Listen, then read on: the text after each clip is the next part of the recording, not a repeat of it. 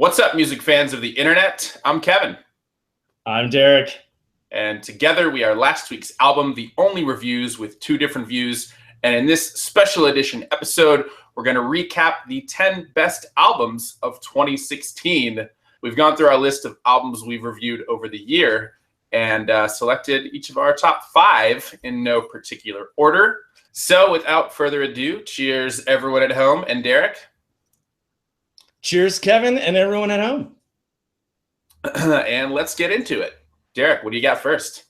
Well, Kevin, first on my list is Glass Animals, How to Be Human. You thought it sounded like samples and stories from across the globe shape a trippy account of the human experience. Well, I thought it sounded like Alt J, MGMT, and Beck take a road trip across America while listening to Portugal the Man's Evil Friends too frequently. Things that stood out to us was the variety of sounds, ranging from the cartoonish, video game-ish. There were also films, samples, some really great beats, great loud, soft contrast, and it really made it for an engaging listen.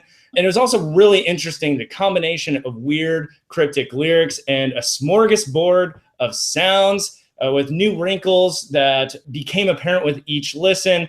We both really thought the overall concept was really well executed. Yeah, that was a really good one, and one of my favorites as well. First up on my list, Derek, is Sturgill Simpson's A Sailor's Guide to Earth. He's really blown up, not only on the country circuit, but in the wider indie circuit as well. He's also a really big free thinker. He comes at country music with a different sort of approach than a lot of artists. This one was a concept album dedicated to his son, so it was sort of wrapped in that overall presentation, which was very nice. It included advice to his son, lessons he learned, stories about his own life. Really good, just sort of narrative arc from beginning to end.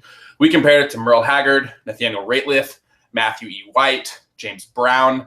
He really added some horns and soul elements into his more tried and true country sound on this album. So that was a big step forward, I think. Sturgill's been doing it for a while, but this album in particular really gave country music a breath of fresh air. And I think he's really taking that alt country sound into new places. I really dug that one as well. What's next on your list? Next on my list is 22 A Million by Boney Iver. This one was really trippy and experimental and thought-provoking, mixing both familiar and new sounds together in really interestingly well-executed ways. Similar to Boney Iver's previous albums, lush soundscapes, but he really takes listeners in different dimensions on this album. Concept was really interesting, a mix of math and spirituality and self-reflection. From lyrics to sounds and the arrangement of all, it was all very interesting. Derek, if you had not put this one on your list, it was definitely going on my list. This is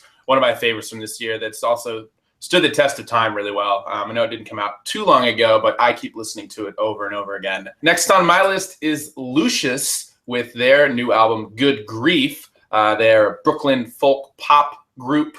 This is their second album, and it's sort of classic futuristic pop, if you will, if that makes any sense. We compared it to Adele, the Bangles, the Supremes, Phil Spector, Madonna, Polisa. So a lot going on here, but all good things. Some of the highlights were the epic highs and lows in a good way. It sort of went up and down in volume and intensity and just throughout the album, creating some nice changes of pace and just great variety and more upbeat energy than their debut album. Sometimes that one got a little bit slow, even though it was an amazing debut. This one had a lot more energy throughout. Kevin, that was a great one. I think you really hit the nail on the head there. Their first album was fantastic, but this one showed tremendous growth. But next on my list was Ray LaMontagne's Ouroboros. We compared this one to Pink Floyd, the Black Keys, and Simon and Garfunkel. This was produced by Jim James of My Morning Jacket, so you could feel some subtle fingerprints of his work here. But conversely, I think he really allowed Ray LaMontagne to explore new spaces that Ray has not ventured into before.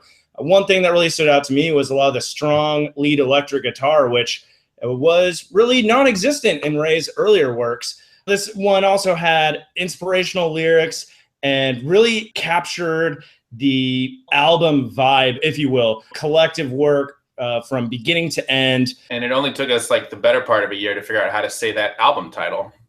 I think I've said it 3 different ways so far in this review. Next up on my list is Twin Peaks with their new album, Down in Heaven. These guys are from Chicago. This is their third album. We compared it to Low Cut Connie, Dr. Dog, The Growlers, Jeff Tweedy, The Rolling Stones, Lou Reed, Deer Tick, and Mac DeMarco. These guys are kind of like slacker pop, indie jangle sort of territory. They have a good time. They're not trying too hard. It's just a fun record to listen to, but they're also very, very good instrumentalists and composers. They know how to take all those influences and repackage them in something that sounds original. We enjoyed their lyrical themes and their varied vocals, and this one for me has been one that I've kept on repeat all year long. Next on my list is True Sadness by the Avett Brothers. Kevin thought this sounded like the Avett Brothers consoling themselves with pop, industrial, and psychedelia, whereas I thought it sounded like Queen and Ryan Adams take a page out of Beyonce's book and turn lemons into lemonade. One thing that stood out to us was the fact that the sad songs and ballads seemed to us to be some of the best work they've done yet. There were some newer elements in here that really seemed to work well for them. It really was interesting hearing them take their familiar sound, especially from a vocal standpoint, and laying that out against different instrumentation than we've come to know from the Avett Brothers. They really did a great job juxtaposing, kind of more forlorn, downer lyrics against more upbeat, brighter melodies and rhythms. And so overall, I thought it really worked. This one kept popping up on my playlist too. Yeah, Derek, I think you nailed it there. A lot of times the Avett Brothers, if they write a sad song, it sounds sad. If they write a happy song, it sounds happy. But here they finally started playing with juxtaposing those lyrics against sounds, and to really great effect. Next up on my list is Angel Olsen with My Woman. She's based in Asheville, North Carolina. She's a singer-songwriter there. This is her third album, and we called it Timeless Pop, compared it to Courtney Barnett, Kurt Vile, Fleetwood Mac, Patsy Cline, and Joan Jett. She jumps across eras, sort of bringing out the best parts of 60s girl group, 70s country, 80s indie, and 90s grunge on this album. And it really shows a lot of growth and evolution from her past efforts, really taking some rewarding risks here that she hasn't before. And it also feels like a vinyl record with punchier tracks on side A, if you will, and more contemplative, meandering ones on the B side. Next and last on my list, although again in no particular order, was Sweet Creep by Jonny Fritz.